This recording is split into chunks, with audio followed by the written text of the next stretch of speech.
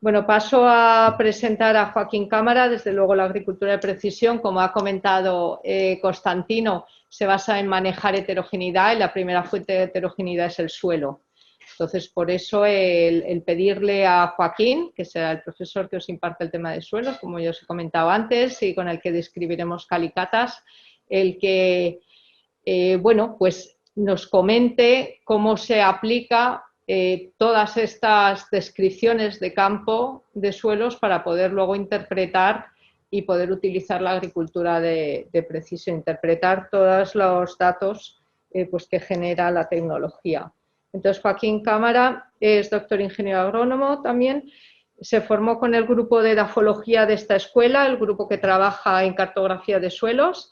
En 2012 creó, junto con otro socio, la empresa Diagnoterra.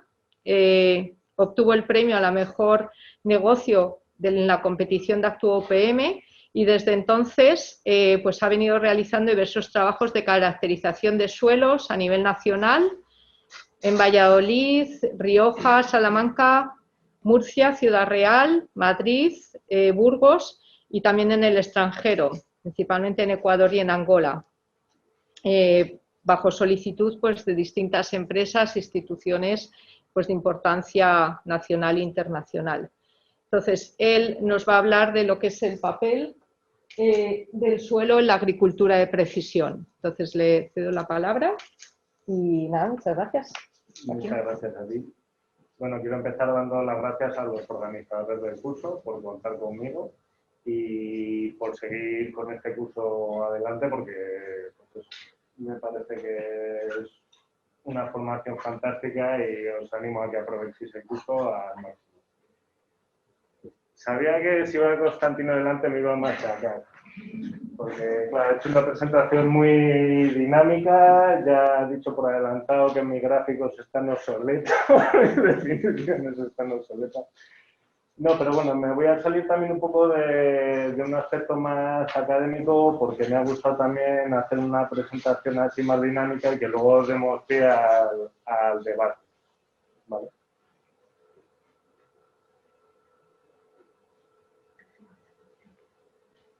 Vale. La verdad es que me ha encantado la presentación. Me ha faltado una herramienta que es que a veces por tecnologías antiguas no son menos importantes, que era un boli para ir tomando nota de todo lo que me hubiera gustado, pues eso, luego puntualizar, ¿no? Pero vamos. Porque, claro, estamos hablando de toma de decisiones sobre el cultivo, ¿no? Y entonces, por ejemplo, en herbáceos, que son muchos de los ejemplos que nos ha puesto, pues claro, ya tenemos un cultivo establecido, nuestra máquina, si tiene los sensores adecuados, nos va captando información de nuestro cultivo para tomar decisiones, ¿no? Pero siendo herbáceos, siempre podemos tomar la decisión de que si algo no se ha dado bien, directamente al año siguiente no lo ponemos, ¿no? O ponemos flores en las zonas malas, ¿no? Realmente me he dado cuenta que, claro, que principalmente yo en lo que he trabajado es en viticultura y claro, al final veo que que a la hora de plantear yo cuál es el papel del suelo en la agricultura de precisión, inconscientemente me estoy dirigiendo hacia los cultivos leñosos, ¿no? Que son los que van a tener que estar viviendo en el mismo sitio durante una vida larga, es lo deseable, y entonces, claro, al final es interesante, como decía María, conocer la variabilidad de ese suelo, incluso con carácter previo al cultivo. No tomar decisiones en el cultivo una vez ya establecido, sino antes de plantar, saber qué suelo tengo, cómo tengo que plantar, cómo tengo que hacer el diseño del riego. Esas decisiones que muchas veces se llama al especialista cuando aparecen los problemas, y cuando aparecen los problemas es que la plantación ya está en marcha y hay poco margen para tomar decisiones. La presentación la he dividido en 4 puntos, que en primer lugar es una pincelada sobre qué conocemos por el suelo, tampoco voy a pasar rápido por ello. Como vais a tener la presentación, alguna diapositiva que tiene más letras ya la leeréis. Luego, igual, una pequeña introducción de agricultura de precisión, que simplemente voy a pasar más rápido todavía con mis gráficos obsoletos por la presentación maravillosa que nos ha hecho ya Constantino. Luego voy a hablar del concepto del mapa de variabilidad de una explotación, de una parcela, ya veremos. Y luego al final, a modo de reflexión, simplemente hablar sobre la situación actual, ¿no? Y si podemos hablar en un... si la edafología está a la altura del desarrollo tecnológico que se está notando en el campo, ¿no? Si podemos hablar de edafología de precisión, nos acaba de decir Constantino que el planteamiento ahora es reducir tecnología, ¿no? E interpretar datos, ¿no? De alguna manera, pues a ver si la edafología va por el mismo camino, que yo creo que os podéis hacer una idea de la respuesta. Vale. La definición clásica del suelo es que es la interfaz entre la hidrosfera, la biosfera, la litosfera y la atmósfera. Las interacciones que se producen entre estos 5 elementos están a todos los niveles y entre todos ellos hay intercambio de materia y de energía.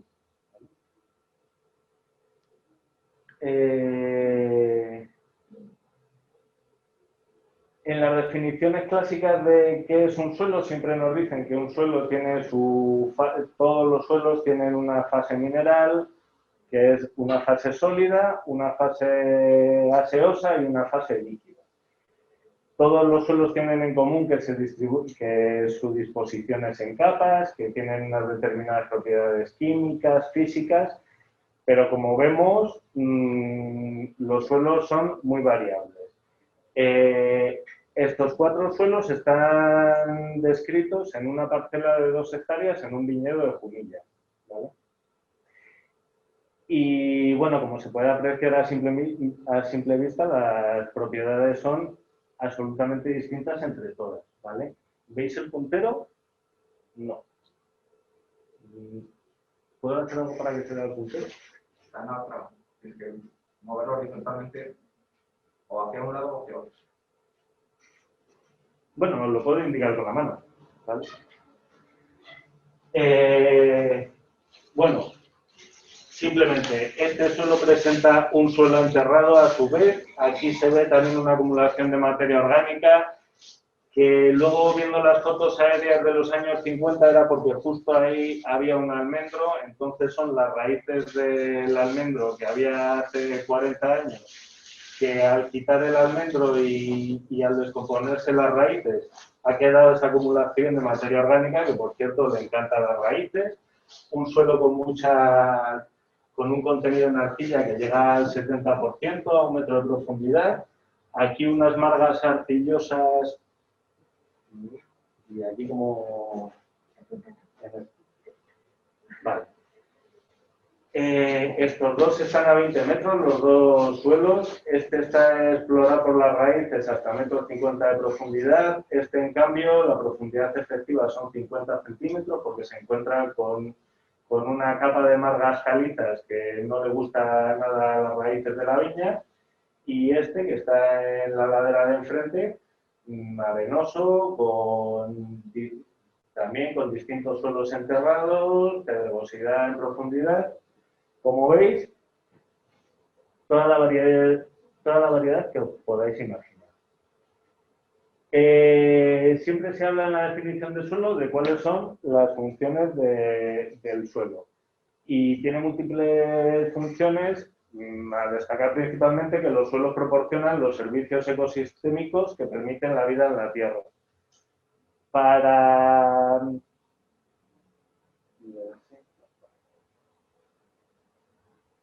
Nosotros, a la hora de enfocarlo desde el punto de vista de la agricultura que nos interesa, pues la producción de alimentos, el reciclado de nutrientes, nosotros abonamos y eso se convierte en producción.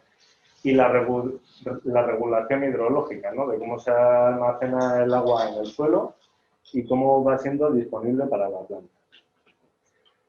Hay una definición clásica del suelo en función de sus factores de formación, que si mis gráficos son obsoletos, esta definición ya es de los años 40, pero es bastante intuitiva, ¿vale?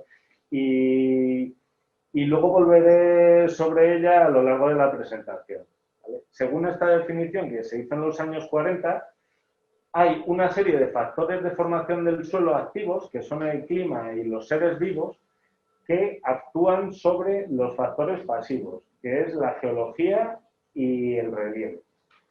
Y esta interacción se produce a lo largo del tiempo. De aquí se deriva que si la litología y el relieve fuera homogéneo en nuestro planeta y el clima y los seres vivos y la biodiversidad fuera la misma en todos los sitios, tendríamos el mismo suelo en todo el planeta. Pero como todos estos elementos, estos factores son fuente de variabilidad, volvemos a lo mismo. No sé si por suerte o por desgracia para los edafólogos, la distribución de los suelos, el patrón de distribución es muy intrincado y hay muchísima variabilidad. Esto lo dejo para que os lo leáis, simplemente por saber todos los procesos de formación que actúan en los suelos y por qué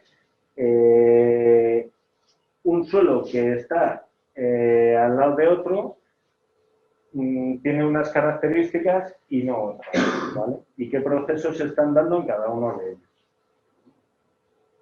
Al final, esta serie de procesos son los que se haga la diferenciación de horizontes, de que el suelo se distribuya en capas o en horizontes, ¿no?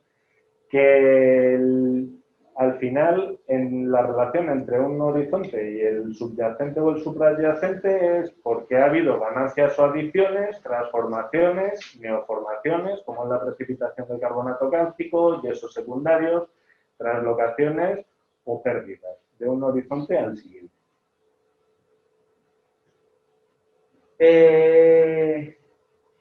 ¿Cuál es el problema de los suelos? Bueno, uno de los problemas para saber qué suelo tenemos, que desde arriba no se ven, ¿vale? Pero tenemos dos herramientas que nos permiten ver lo que son las calicatas y los sondeos. Desde arriba podemos inferir ciertas propiedades, pero al final para hacer un análisis preciso del perfil del suelo hay que cortar el terreno y ver y analizar cuál es ese perfil. Aquí tenéis un ejemplo de lo que es una calicata tipo con sus dimensiones. Más o menos 60 centímetros de ancho, 2 metros de alto, que es lo que define la clasificación de suelos, y que puede parecer una exageración, pero es que las raíces no se acaban. Mi experiencia después de haber descrito miles de perfiles es que a veces nos centramos en los primeros 60 centímetros del suelo, cuando realmente hay casos, y no pocos, en los que las raíces empiezan de ahí para abajo. Entonces, claro, si queremos saber dónde están viviendo nuestras plantas, tenemos que ver dónde están las raíces. Y podemos inferirlo, pero realmente una cosa que es bastante de sentido común es hacer un agujero en el suelo y verlo, ¿no? Vale, que me paso. Lógicamente, las fotos y los vídeos de Constantino molan mucho más que los míos. Aquí no hay robots que anden solos, aunque un robot que describiera suelo sería una cosa bastante interesante. Pues al final, para hacer una calicata, hay que ir con una excavadora. Hay excavadoras en todos los sitios y son baratas, o sea que por lo menos no está mal. Y entonces hay que ir con la excavadora, abrir un agujero. Una cosa en la que nos esmeramos nosotros bastante, que claro, que cuando una excavadora hace un agujero deja unas huellas que no permiten ver bien los límites entre horizontes. Entonces, o bajas y te manchas o no hay manera de saber dónde cambia un horizonte al siguiente, ¿vale?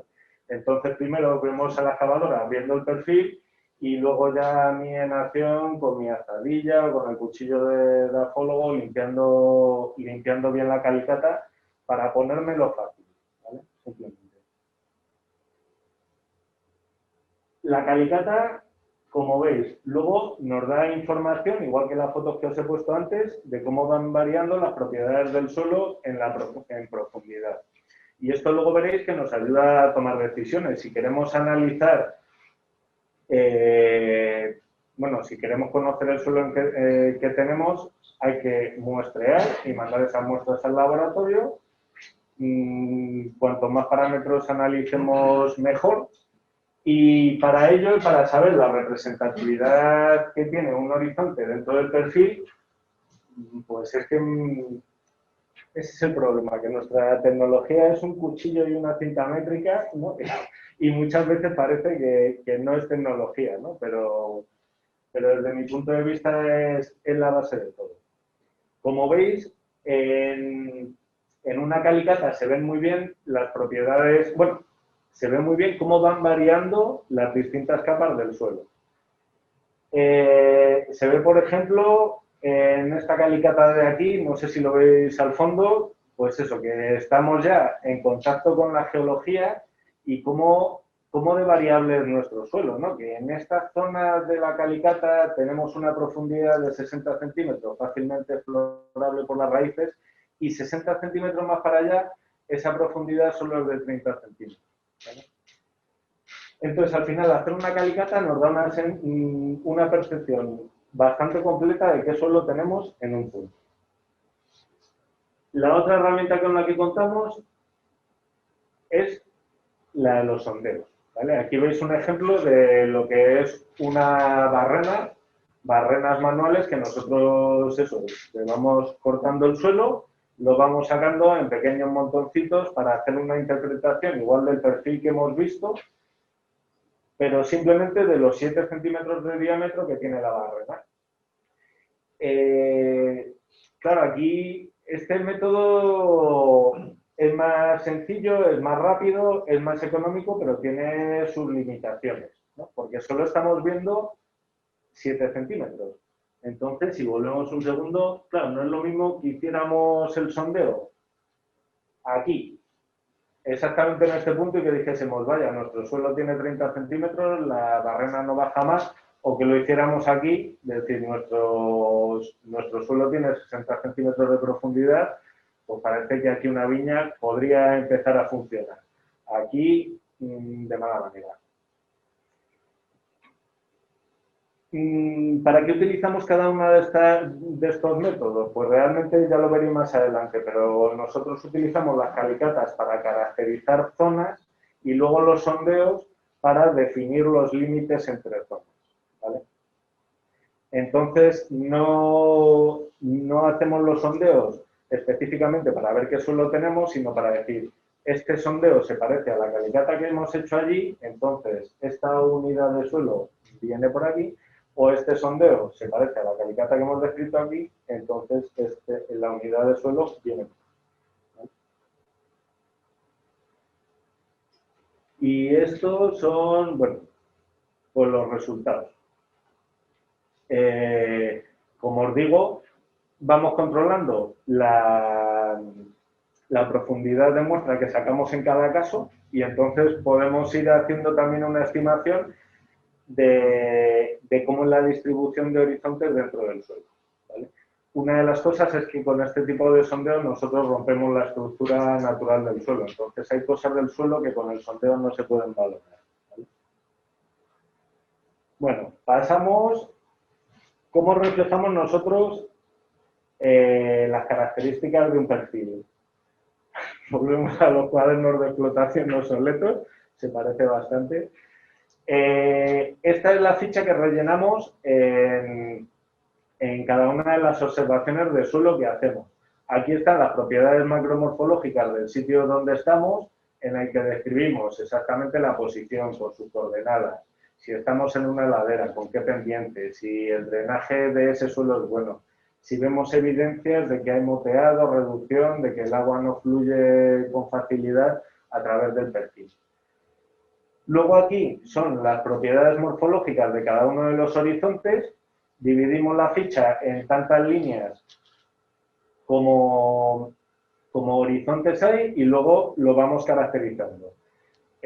Nosotros ya en campo tenemos nuestros códigos para rellenar la ficha sin no perder mucho tiempo, los nombres de los horizontes, el tipo de límite, color, si hay moteados, oxidación, reducción, la textura, la estructura, los elementos gruesos, que haremos hincapié un poco más adelante, la consistencia, si es en húmedo, si es friable, si es firme, seco, que esto nos ayuda luego a tomar decisiones sobre el laboreo, dependiendo de las características de la capa arable. Y muy importante también hasta dónde llegan las raíces, porque al final las raíces son las que nos definen la profundidad efectiva del suelo y dónde está viviendo nuestro cultivo. Insisto, como os dais cuenta, este enfoque es para cultivos leñosos, ¿vale? En herbáceos esto no tendría tanta importancia, ¿vale? Y luego aquí tomamos la decisión de cuántas muestras, qué muestras cogemos y dónde, ¿no? En función de la representatividad de cada uno de los horizontes. Luego esta ficha en nuestros informes aparecen con la foto, aquí están las características macromorfológicas, aquí he escrito con letras las características de cada uno de los horizontes, unas fotos del entorno para ubicar la calicata y las analíticas que hacemos nosotros en los suelos que describimos, ¿vale? Por ejemplo, en este suelo se tomó la decisión de recoger solo 3 muestras. Nosotros analizamos en el laboratorio, nos analizan en el laboratorio 35 parámetros distintos, ¿vale? De cada una de las muestras que mandamos. Entonces, el coste también es acorde con lo exhaustivo del análisis y entonces ya nos gustaría coger una muestra de cada horizonte, pero tenemos que tomar la decisión en campo de cuál es el más representativo, ¿vale? Y de en qué me interesa gastarme el dinero y en qué no. Si es un horizonte de 10 centímetros en el que no hay ninguna capa limitante, pues en principio podemos pasar sin ello. Y entonces vamos viendo cómo van cambiando las propiedades. Por ejemplo, en este caso en concreto, que es el de esta foto que os he puesto antes, ¿vale? Si cogemos una muestra de los primeros 10 centímetros, vemos que la materia orgánica es de 1,84, ¿vale? Pero si cogemos la muestra entre 10 y 30 centímetros, vemos que ya la materia orgánica es 0,89. Y es que, claro, esto tiene su miga, porque si tomas solo la muestra de arriba o estás detectando solo las características del horizonte de arriba de una capa de 10 centímetros, te está diciendo que tiene un 2% de materia orgánica, mientras que realmente está por debajo de 1, ¿vale? Bueno, analizamos propiedades físicas y químicas, conductividad eléctrica, pH, caliza. La conductividad eléctrica aquí lo utilizamos como control en el extracto 1,5 y cuando hay alguna muestra que en el extracto 1,5 significa una parte de suelo y 5 de tierra, ¿vale? Cuando esa muestra da un valor de conductividad eléctrica superior a 0,25, ya analizamos la solución del suelo, que es conocer cuáles son los cationes y los aniones que hay en ese suelo, ¿vale? Porque una conductividad eléctrica en el extracto 1,5 que fuera superior a 0,25, en condiciones de saturación, que sí que se pueden dar, bueno, que son las que se dan en un regadío, pueden llegar a unas conductividades eléctricas superiores de 4, ¿vale? Que entonces ya entraríamos a hablar de suelos salinos y suelos problemáticos y dificultades para el manejo de los cultivos, ¿vale? Entonces nosotros analizamos esta conductividad eléctrica, cuando vemos que salta la alarma de que hay alguna muestra por encima de 0,25, analizamos aniones y cationes, otros 50 euros por muestra, ¿vale? Del análisis de la solución del suelo. Porque hay que hacer la pasta saturada, ir añadiendo agua hasta que el suelo es fluido, bueno, requiere mano de obra y es complicado. ¿Qué más? Oligoelementos. Importante, metales pesados y luego granulometría. Conocer las texturas, elementos gruesos y, por ejemplo, con los oligoelementos, si analizamos el hierro y, por otro lado, analizamos la caliza activa, la caliza total, pues podemos sacar el índice de poder clorosante y elegir los patrones de nuestro cultivo en función de los riesgos que haya. Claro, en viticultura es que me lo he encontrado en muchas ocasiones, de hacer un análisis de suelo siempre les parece caro, pero ellos asumen que haciéndole caso al vecino, de vez en cuando hay que arrancar toda la plantación y volverla a plantar porque las decisiones que se tomaron a priori eran equivocadas, ¿vale? Yo siempre intento vender el servicio como que es una manera de minimizar los riesgos y de minimizar los riesgos de la inversión. Pero es que hay una carencia importante de lo que es la percepción de la importancia del suelo en los cultivos, ¿no? Entonces la gente dice, ya me estoy gastando un dineral en 100 hectáreas de regadío, en llenar 100 hectáreas con plantas, no voy a pagar encima 10.000 euros o 15.000 por hacer un estudio de suelo, ¿no? Pero bueno, me ha pasado en bastantes ocasiones que, bueno, que al final la decisión es de arrancar y volver a plantar. Pero eso se asume de alguna manera.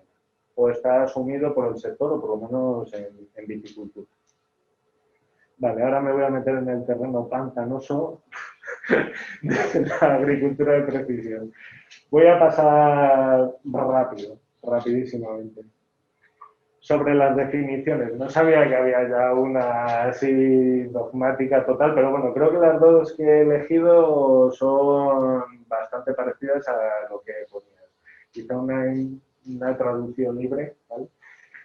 Al final lo que vienen a decir las dos es que es un enfoque de gestión, un sistema de gestión, ¿no? Es una manera de hacer cíclico de las operaciones en campo, basado en tecnologías de información, diversas fuentes de datos para la toma de decisiones específicas de un lugar. Pues me parece muy bien resumido lo de hacer en cada palmo de terreno lo que haya que hacer en ese palmo de terreno, ¿no? Lo que el palmo de terreno pida. Igual que sí que no es, pues hemos dicho que es un sistema cíclico de manejo, ¿no? ¿Y qué no es? No es tener algo, una imagen que realice un vehículo aéreo terrestre, no es una imagen espectral o un mapa de vigor, de NDVI o un mapa de una o varias propiedades del suelo. Eso, de decirlo de alguna manera, son herramientas, ¿no? Son herramientas que nos ayudan a ver cuál es la variabilidad y qué está pasando. Pero eso no es agricultura de precisión, ¿no? Agricultura de precisión también engloba las decisiones que se tomen en función de esos datos o de esas imágenes. mi gráfico cíclico. Pero yo le añado que, claro, cuando empezamos digitalizando la explotación, la necesidad de realizar un mapa sobre la variabilidad de la parcela, para saber qué tenemos. Porque luego hay mucha de la información que toman los sensores o los dispositivos o los satélites, cualquier tipo de sensor, nos va a cuantificar una incidencia a otra, pero no... Si realmente el suelo no es una variable, sino que tenemos el suelo que tenemos, ¿no? Entonces, al final, tener un mapa de variabilidad o un mapa de zonificación de nuestra explotación a mí me parece una herramienta fundamental para después poder interpretar correctamente esas lecturas que nos están dando los sensores, ¿vale? Entonces, en este gráfico, primero la realización del mapa de variabilidad, se elabora un mapa de zonificación, un mapa de variabilidad, que ahora veremos cómo, en función de esas características y de cómo se comporta, definimos unas unidades de manejo que se tratan de manera diferencial. A nadie se le escapa que no podemos manejar a nuestro cultivo así. Bueno, lo mismo si es un cereal, sí puedes manejar las dosis, no sé hasta qué punto.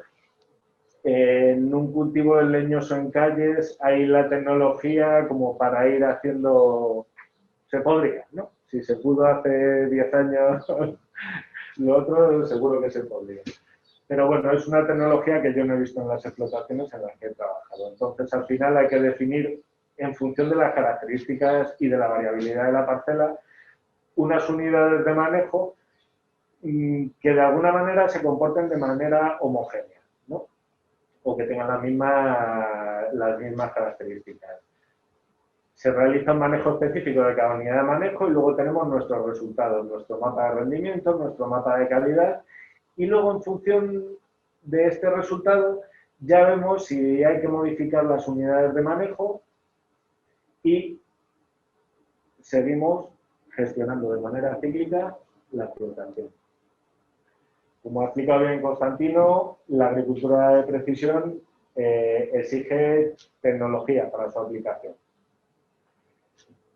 No voy a incidir porque yo además lo pongo con letras, molan más los vídeos. ¿Y cuáles son las mejoras?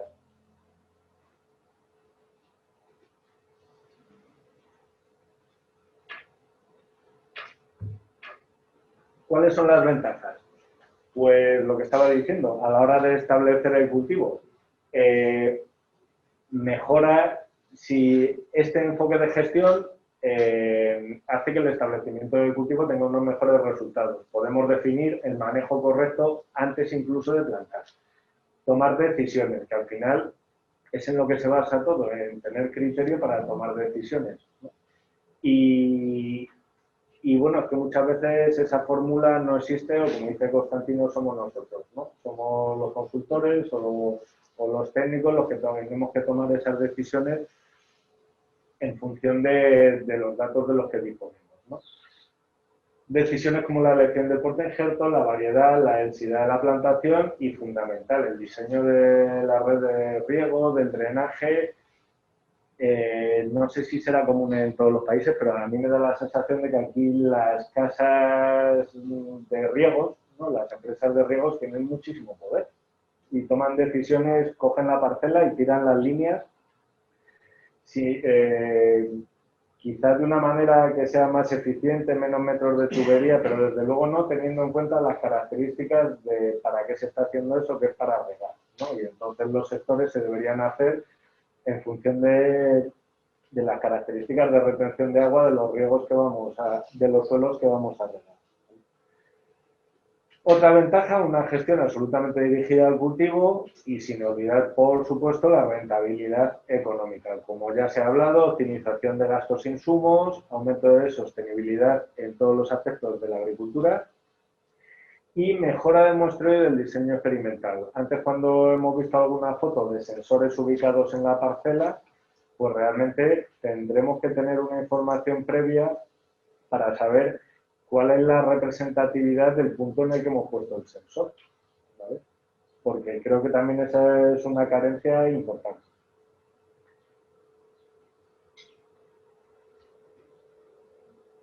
Y ahora ya paso al mapa de variabilidad, que es ese mapa de variabilidad, pues mapa de zonificación que poníamos como el segundo paso en el esquema cíclico de la agricultura de precisión.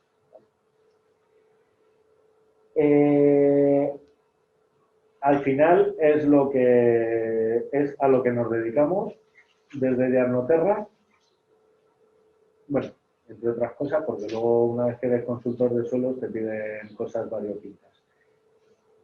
Vale, el mapa de variabilidad de una explotación está formado por polígonos o delineaciones, como el gráfico que os había puesto antes, cuyo contenido es definido por las distintas propiedades del clima, litología, relieve, biología y manejo.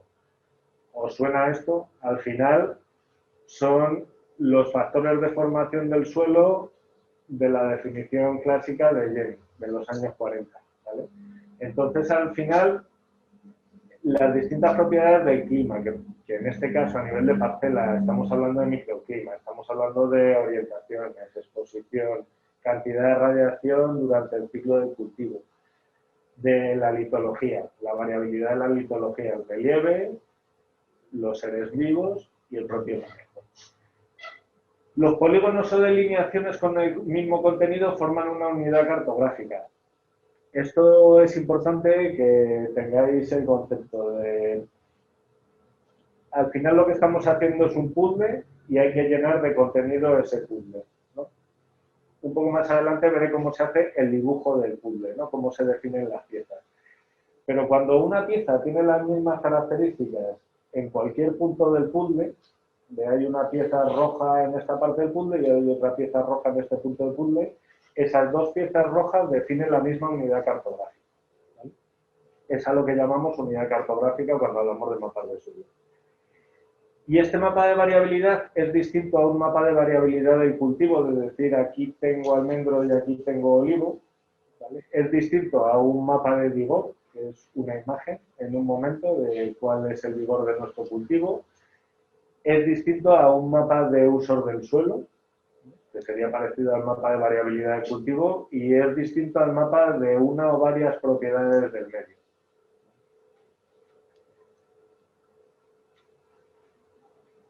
Porque hay que llenarlo de contenido con toda esta información. Para que veáis de qué variabilidad estamos hablando, eso, sobre todo, bueno, prácticamente todas las fotos son de viticultura. Cuando hablamos de relieve, lo importante de la orientación y la pendiente, ¿no? Aquí vemos que la variabilidad en algunas zonas es inmensa.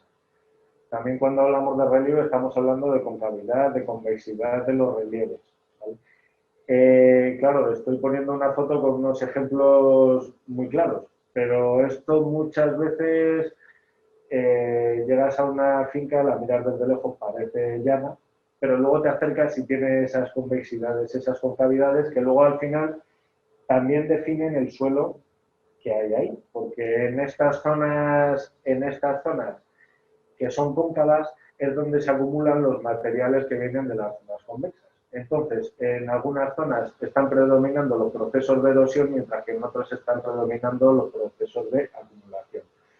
Lo que se pierde por erosión en los suelos, por desgracia, son las capas más fértiles, pero claro, eso a las plantas que están en las zonas de acumulación le viene fenomenal, porque su capa fértil va aumentando y aumentando, ¿vale?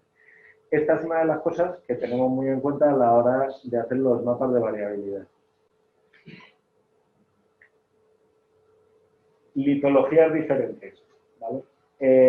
Como os digo, las fotos siempre son de los ejemplos más visuales, pero claro, al final hay que afinar mucho la vista y mejor tener experiencia en el sector para ir identificando dónde están esas diferencias, ¿vale? Aquí pasamos de unas margas calizas a unas areniscas tableadas que allí llaman pizarras, y bueno, se ve que al final dentro de este mismo viñedo tenemos litologías distintas, tenemos zonas de convexidad, zonas de concavidad, zonas de convexidad, bastante pendiente. El color, ¿vale? El color nos indica en algunas zonas erosiones, en otras zonas alguna característica del suelo que estamos viendo, como la presencia de carbonato cálcico o la materia orgánica, que es lo que le da el color oscuro a los. Y luego la variabilidad de los suelos. Aquí os he puesto el ejemplo de una parcela de Rioja. Cuando hablamos de variabilidad de los suelos, la textura hay que analizarla en el laboratorio, los elementos gruesos se valoran en campo, algunos, otros te los da el laboratorio. La profundidad efectiva te la da la profundidad a la que llegan las raíces. Fertilidad y la importancia en el balance hídrico. Me he detenido en cada uno de estos porque cada distinto tipo de suelo que tenga distintos elementos gruesos, distinta textura, distinta profundidad efectiva, lo que se traduce es en una reserva máxima de agua en el suelo variable. Entonces aquí, por ejemplo, lo que estamos viendo, vemos que a lo largo del año allí se ve muy mal, pero lo que vemos en todas las partes de arriba es que la precipitación menos la evapotranspiración es menos 200. Debe ser menos 200 porque siempre le falta. Entonces, ¿qué pasa si nuestra reserva del suelo es de 50 milímetros? Pues que cuando llueve de más, ese agua lo perdemos por drenaje y se nos acaba el agua del suelo antes y tenemos un déficit de agua de 425 milímetros al año. Si esa reserva de agua en el suelo, que es la reserva de agua útil disponible que puede tomar la planta hasta la profundidad efectiva a la que llegan sus raíces, vemos distintas situaciones, de 50 milímetros de reserva hasta 200 milímetros de reserva. Por ejemplo, en esta situación intermedia, con el mismo climograma, si tenemos una reserva de agua en el suelo de 150, solo vamos a perder por drenaje 50 milímetros al año y nos va a faltar, vamos a tener un déficit de agua de 320 en vez de los 420 que teníamos en el otro. A toda velocidad. Bueno, es que me quería parar aquí un segundín por esto. Esta es la ficha que he puesto antes de las características de los suelos, la ficha de la descripción de suelos. Aquí vemos los elementos gruesos que muchas veces no se tienen en cuenta, ¿no? Cuando mandas un análisis del suelo, directamente cuando coges una muestra, y es que vais a ver que son importantes. Las piedras grandes nosotros en campo no las mandamos al laboratorio, porque no vamos a mandar una bolsa llena de piedras, ¿no? Directamente lo que hacemos es valorar cuántas hay en tanto por ciento y quitarlas. Y luego de lo que mandamos al laboratorio nos dicen que tenemos tierra fina, que es a lo que llamamos textura, que es lo que acumula agua, pero luego tenemos elementos gruesos. Y esto no es que sea un caso especialmente alto, ¿vale? Estamos hablando de que el 30% del peso del suelo, una vez que le hemos quitado las piedras gordas, son también piedras, ¿vale? De un tamaño superior a lo que llamamos textura. Y esto tenemos que tenerlo en cuenta tanto al calcular la reserva de agua en el suelo, como incluso para fertilizar, ¿vale? Porque es que las piedras no retienen agua, no retienen nutrientes.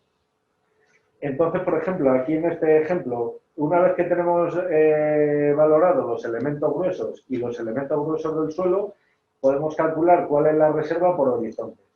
En este suelo la profundidad efectiva está a 95 centímetros. Pues haciendo bien el cálculo nos da que tenemos una reserva de agua útil en el suelo de 95. Si no hubiéramos tenido en cuenta todas estas piedras, estaríamos hablando de que tenemos una reserva de 140 y pensaríamos que nuestro suelo necesita más agua de la que realmente necesita, ¿vale? Porque no se recarga tanto la reserva en invierno, en la época húmeda, como nosotros nos pensamos. Claro, esto a la hora de diseñar un riego y de saber hasta qué profundidad queremos hacer que llegue el agua, es importante porque aquí sabemos los milímetros y hasta qué profundidad llega, en función de la capacidad de retención de agua de cada horizonte. Otra fuente de variabilidad, en esta foto también se ve muy bien, agronomía y manejo, lo que hablaba antes, erosión, acumulación. Vale. Y esto es un ejemplo de un mapa de variabilidad, ¿vale? En una parcela de 210 hectáreas, que esto es en la finca de Trujillo. Aquí es el mapa de variabilidad y para hacer este mapa se han hecho todas estas observaciones de suelo. Se ven súper pequeñas, pero no puede haber suelos más dispares, ¿no? ¿De qué depende la calidad de un mapa de variabilidad? De las técnicas que se hayan empleado para la realización, también de la precisión requerida, y ahora lo veremos, de cómo se ha efectuado el muestreo del suelo y de la planta, porque la planta también nos da pistas sobre la variabilidad de la flotación, y el número de variables parámetros que se consideren a la hora de hacer el mapa de variabilidad. Porque si solo analizamos uno, la variabilidad solo va a depender de ese parámetro, pero si estamos analizando 35, hay zonas que pueden ser homogéneas de un parámetro, pero que difieren en los otros 34. ¿Vale?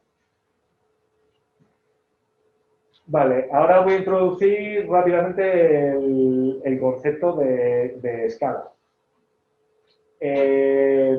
Cuando vemos un mapa siempre tenemos que saber si la información está obtenida a una escala 1:20.000, 1:15.000, y para que nos hagamos una idea, el mapa de España, que en los libros de texto del colegio, para que un mapa de España quepa en una A4, tiene que estar a una escala 1:9 millones. ¿Vale? Entonces, lógicamente, en un mapa 1:9 millones no puedes hacer muchas líneas, porque todos serían líneas. Tienes que hacer polígonos relativamente grandes. Y entonces hay un concepto que se llama, que es la unidad mínima cartografiable, que son 0,25 centímetros, un cuarto de centímetro cuadrado, no, un cuarto, 0,25 centímetros cuadrados por centímetro cuadrado. Cuando hacemos un estudio de esa variabilidad, hasta esta escala estamos hablando de gestión y en escalas más grandes, 1.000, 10.000, estaríamos hablando ya de tener una información precisa para tomar decisiones, que al final es lo que necesitamos. Aquí vemos un ejemplo. Esta es la denominación de origen de Rioja. El mapa de suelos está realizado a unos 50.000. Aquí vemos una explotación que son estas parcelas amarillas que se ven así mal en chiquitito, aquí se ven un poco mejor. ¿Para qué nos sirve este mapa? Pues para saber que con carácter general esta parcela y esta van a tener algunas características parecidas, esta y esta igual, pero entre ellas son distintas. ¿Esto nos va a permitir tomar decisiones en el cultivo? Desde luego que no. Y aquí, esto directamente es que no se ve, ¿no? Bueno, pues aquí falta el mapa de lo que es una zonificación a escala 1.000 de esta parcelita de aquí. Tengo más ejemplos delante. Ah, aquí está. Vale. Claro, si así entendemos mejor el gráfico anterior. A esta escala no podemos tomar decisiones ejecutivas sobre esta parcela. A esta escala ya sí. Y ya podemos ver diferencias de sus características. ¿De qué depende la escala? Porque puedes decir, venga, pues me voy a gastar el mismo dinero, pero luego a escala 1.000, o que en vez de 50.000. Pues es que depende del número de observaciones que hagamos, ¿vale? Entonces, es lo que dice en viticultura la Organización Internacional del Vino en una resolución que sacó sobre zonificación. 0,5 a 1 observaciones por centímetro cuadrado del mapa. Si lo estamos haciendo a 1,5.000 o a 1,10.000, estamos haciendo entre 1 y 4 calicatas. Bueno, en 1,10.000 se ve más fácil, porque a escala 1,10.000, bueno, observaciones por hectárea, está claro.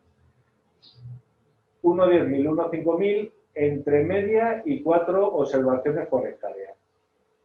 En macrozonificación, a escala 1,5.000, hacemos 2 observaciones por kilómetro cuadrado de mapa. Simplemente son para tener idea de qué suelos hay en cada zona, pero no para tomar decisiones ejecutivas.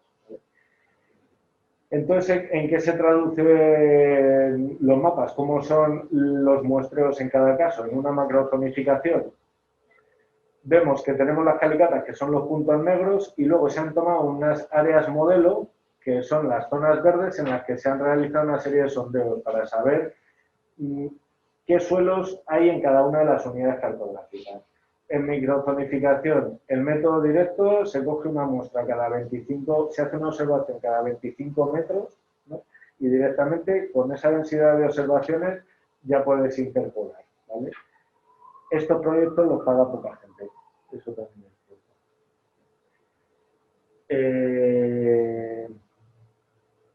Bien. Cuando tenemos un mapa de suelos a escala 1,50.000 o un mapa de variabilidad a una escala pequeña, 1,50.000 o más pequeña, tenemos unidades politáxicas. Por eso no podemos tomar decisiones, porque dentro de una unidad no sabemos qué suelo tenemos. De hecho, en la unidad C1 de aquí nos dice que tenemos o serorten típico, serorten lítico o serofluven típico. Entonces, cuando tenemos unidades politáxicas, como en este caso, el polígono, sabemos que tenemos una serie de datos de suelos y sabemos cuál es el mayoritario y cuál es el minoritario, pero no sabemos dónde están. Cuando vamos a escalas más grandes, ya definimos dónde están cada uno de esos suelos, ¿vale? Y entonces ya en un mapa de variabilidad, un mapa de suelos con unidades monotáxicas, ya sí que podemos tomar decisiones ejecutivas. Vamos a pasar a cómo se hace el dibujo, cómo se hace ese mapa. Ya os he dado alguna pista. Por un lado tenemos el método directo, que es llenarlo todo de observaciones y donde cambien las propiedades, por ahí ponemos la línea. Luego otro es hacer un muestreo dirigido, que es lo que solemos hacer, porque, bueno, al final por limitación presupuestaria de los clientes. Entonces se realiza una fotointerpretación, no solo la fotointerpretación aérea, luego se complementa con todas las fuentes de información de sensores de variabilidad, de satélites, y entonces sobre esas unidades de fotointerpretación ya ponemos el muestreo. O podemos hacer el dibujo mediante teledetección única de fluxo. Como os he comentado, el método directo es, en este caso, observación cada 25 metros, y estos son los resultados. Claro, aquí tenemos el mapa de suelos más preciso, el mapa de variabilidad más preciso que podemos tener de una parcela. Estos son las unidades de suelo, pero en cada uno de estos mapas temáticos vemos cómo varían las distintas propiedades del suelo. La retención de humedad, la profundidad entre límites, el carbonato cálcico en un límite. Y esto está medido, muestreado y analizado en el laboratorio, ¿vale? Salinidad, materia orgánica, fósforo, potasio. De las 35 variables que hemos analizado sacamos un mapa de cada uno. Este es el segundo método, que sería la fotointerpretación. Realmente los suelos desde arriba, como he dicho, no se ven, pero utilizamos las herramientas que se han utilizado siempre para hacer los mapas geomorfológicos. Realmente en esto la tecnología también podía avanzar un poco más, pero es complicado la visión 3D en los ordenadores y seguimos trabajando en algunos casos con los estereóscopos, que es como cuando ves una peli de la Segunda Guerra Mundial, a todos en la oficina mirando por ese aparatejo que por un sistema de espejos te resalta el relieve de las fotos aéreas, ¿vale? En esas fotos se distinguen los cambios en litología, en geoforma, en pendiente, los niveles de erosión y a qué se dedican los usos. Entonces, le damos un código a cada uno de los polígonos. Y como os he comentado antes, si en otro lado tenemos un polígono con el mismo número, con el mismo código, estamos hablando de la misma unidad cartográfica. Esto sería, por decirlo de alguna manera, el esqueleto del mapa. Y luego eso lo complementamos con observaciones. Por ejemplo, esto en un estudio de Ciudad Real en Socuellamos. Pues distintas fuentes de información. Tenemos el mapa geológico, que está a escala 1:50.000, con una información bastante larga. Tenemos el mapa de altura, que este sí que tiene ya un píxel cada 2 metros. Ya más resolución para esto realmente no se necesita. Un mapa de pendiente y el mapa de orientaciones. Luego, aparte, tenemos la foto aérea y acabamos definiendo estas unidades. Sobre estas unidades, nosotros ya planteamos sobre las unidades más grandes donde hacemos el muestreo, ¿vale? Y entonces así, con este muestreo vamos llenando de información el mapa. Si hiciéramos más sondeos, podríamos analizar la precisión de esas líneas. Más sondeos o otras herramientas. Y luego vemos que en una finca de 10 hectáreas, que era la anterior, la variabilidad de suelos es tremenda. Y tenemos suelos que a 70 tienen 70 centímetros, un zócalo de carbonato cálcico que no lo pasa la máquina, y otros en los que las raíces llegan hasta 1,50 m sin ningún problema. Este sería el mapa de suelo de esa explotación. ¿Cuál es la tercera manera? La teledetección. Y aquí pongo distintos equipos, los drones, el sensor de Geonix, el EM38, que nos va analizando cuál es la conductividad eléctrica del suelo. Pero bueno, de eso imagino, bueno, seguro que nos habla Miguel con mayor precisión de ello. Y entonces vemos aquí algunos resultados de cuáles son los resultados, valga la redundancia, de esa teledetección.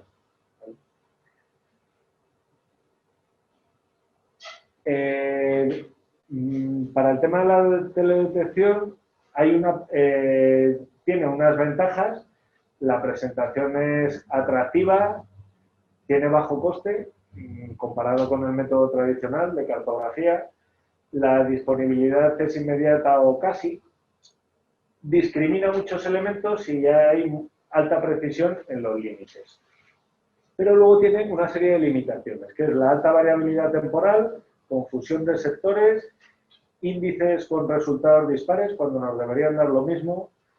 La interpretación en muchos casos es complicada porque se desconocen las causas de la variabilidad. Problemas con el muestreo, porque se muestrean en función de unos límites que no se tiene muy claro por qué son esos, y luego el mal uso que hace que se vendan tecnologías que realmente, bueno, que, como decía Constantino, en algunos casos es que de momento no sirven. No están preparadas. Y bueno, esta idea de que teledetección no es teleadivinación. ¿Vale? Por ejemplo, hablando de la variabilidad temporal de los índices, pues aquí vemos un NDVI con el Pleiades y con el Spot. Entre 2012 y 2014 vemos la variabilidad. El suelo no varía de una finca, pero desde luego si los límites de nuestras unidades de manejo los definiéramos por los resultados de estos índices, los tendríamos que variar todos los años. Aquí tenemos otro ejemplo entre el 2012 y 2014, y es que, bueno, pues se ve que hay mucha variabilidad en distintos años. Aquí vemos un mapa de suelos hecho por el método directo y las imágenes de un mapa de suelos hecho con imágenes multiespectrales. Pues al final nos sale que tenemos el mismo suelo aquí en esta zona, que es una encuesta con un 30% de pendiente, que en esta zona que es llana y está encharcada la mitad del año. Pues al final es difícil la interpretación de por qué no se está dando el mismo índice cuando realmente tenemos suelos muy dispares. Dificultad de interpretación. Dependiendo del tamaño de la explotación no hay más que verlo. A ver, no le cambio el trabajo al técnico de esta explotación, ¿vale? Al final tenemos unidades de suelo bien definidas, pero claro, es que las fuentes de variabilidad son muchas, dependiendo del manejo y ya sabes qué es. Y bueno, esto al final, el mismo resultado, dependiendo de cómo se trate, nos da resultados distintos. Y bueno, al final, con lo que decíamos de fallos en el muestreo, participé de un proyecto en el que habían definido 3 zonas de vigor bajo, vigor intermedio, vigor alto, en una parcela que tiene una variabilidad de suelos espectacular. Y ahora veréis. 2 suelos exactamente iguales, tratados de la misma manera, tendrían 2 plantas con un vigor semejante. Pero 2 plantas con un vigor semejante nunca implican que los 2 suelos sean iguales. Esta simplificación tenéis que tenerla presente cuando veáis este tipo de índices. ¿Vale? ¿Y hasta qué punto? Es que esta parcela está en Rueda, en una terraza del Duero, y tenemos en materia orgánica el de vigor alto, que quién no diría viendo la foto, de carbonato cálcico hasta el 51% aquí en profundidad. Un pH absolutamente alcalino, 8,7, 9, pero un contenido de materia orgánica de 1,4, el portainjertos bien elegido, a la planta le va guay. Vigor medio, un suelo que proviene de un relicto, de un rañizo del sistema cantábrico, total, que nos presentamos en mitad de la meseta norte con un pH de 4,7 en esta zona de aquí del suelo, ¿vale? Y estamos hablando de esta parcela. O sea que es que a 100 metros de distancia tenemos un suelo con un pH 5 y un suelo con un pH 9, ¿vale? Pensar que este suelo está en todas las zonas verdes sería un grave error, ¿vale? Y como estas, el resto de propiedades de estos suelos. Vale, aquí, por ejemplo, cuando se obtiene un mapa de conductividad eléctrica, de resistividad eléctrica, esto es lo que he encontrado en el libro de Understanding Your Soils de Robert White. La curva de calibración con la que trabajaban ellos. Esto es difícil encontrar curvas de calibración de los equipos o para las interpretaciones, ¿vale? Y es de lo que está más relacionado, que es la conductividad eléctrica de una muestra del suelo con el contenido de arcilla, ¿vale? Y vemos que, vale, que los puntos muestran una tendencia, pero desde luego el único punto que está sobre la recta es este, ¿vale? Y si tenemos una lectura de conductividad eléctrica de 0,3, podemos estar infiriendo que tenemos un contenido en arcilla del 17%, cuando en estos casos tenemos 12, que es lo mismo que la arcilla en una muestra que tiene una conductividad eléctrica de 0, ¿vale? Complicado la interpretación. Simplemente para la reflexión, que me quedan menos un minuto. Bueno, frases que he escuchado en las explotaciones en la mayoría. Dicen, los suelos de mi parcela son todos iguales. Y es como de, claro, y si no los miras, vas a seguir pensando eso siempre. Pero luego le pasan cosas a tu explotación que no sabes por qué pasan, ¿vale? O ya tengo un análisis de suelo de mi explotación porque vino Fertiberia, me cogió una muestra, no se sabe ni de dónde porque no está georreferenciada. O los suelos de mi finca son francoarenosos, por ejemplo, porque es lo que se ve.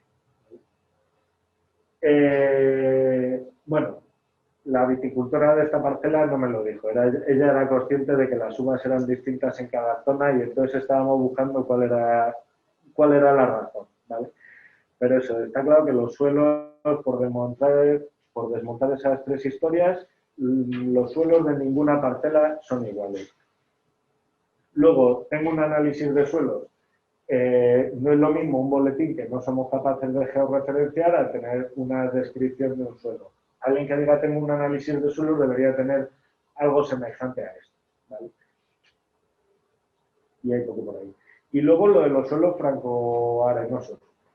Claro, es curioso que es que por la propia degradación mecánica del laboreo, la capa arable, estamos rompiendo la estructura, cuando hace viento se nos van los finos, total, que es que casi todas las capas arables de los suelos agrícolas de España son francoarenosas, ¿vale? Estos son los suelos de la explotación que os he puesto de Ciudad Real. Como veis, estas son las muestras superficiales. Se cogieron 17 muestras superficiales, todas francoarenosas, menos 2 outsiders. Y luego, abajo empieza el rock and roll, ¿vale? Entonces cuando estamos mirando a 50 centímetros de profundidad, ya tenemos muestras con 75% de arcilla, con 60% de limo o con un 70% de arena, ¿vale? Entonces, escucharéis eso de casi todo es francoarenoso. Y bueno, simplemente para terminar, mi tecnología no es muy espectacular, son unas botas de agua, un cuchillo, una bolsa y una cinta métrica, pero creo que esto tecnológicamente de momento no se ha superado, ¿vale? No hay un robot que aguante las condiciones y aquí lo dejo. Perdonad por haberme pasado. Muchas gracias por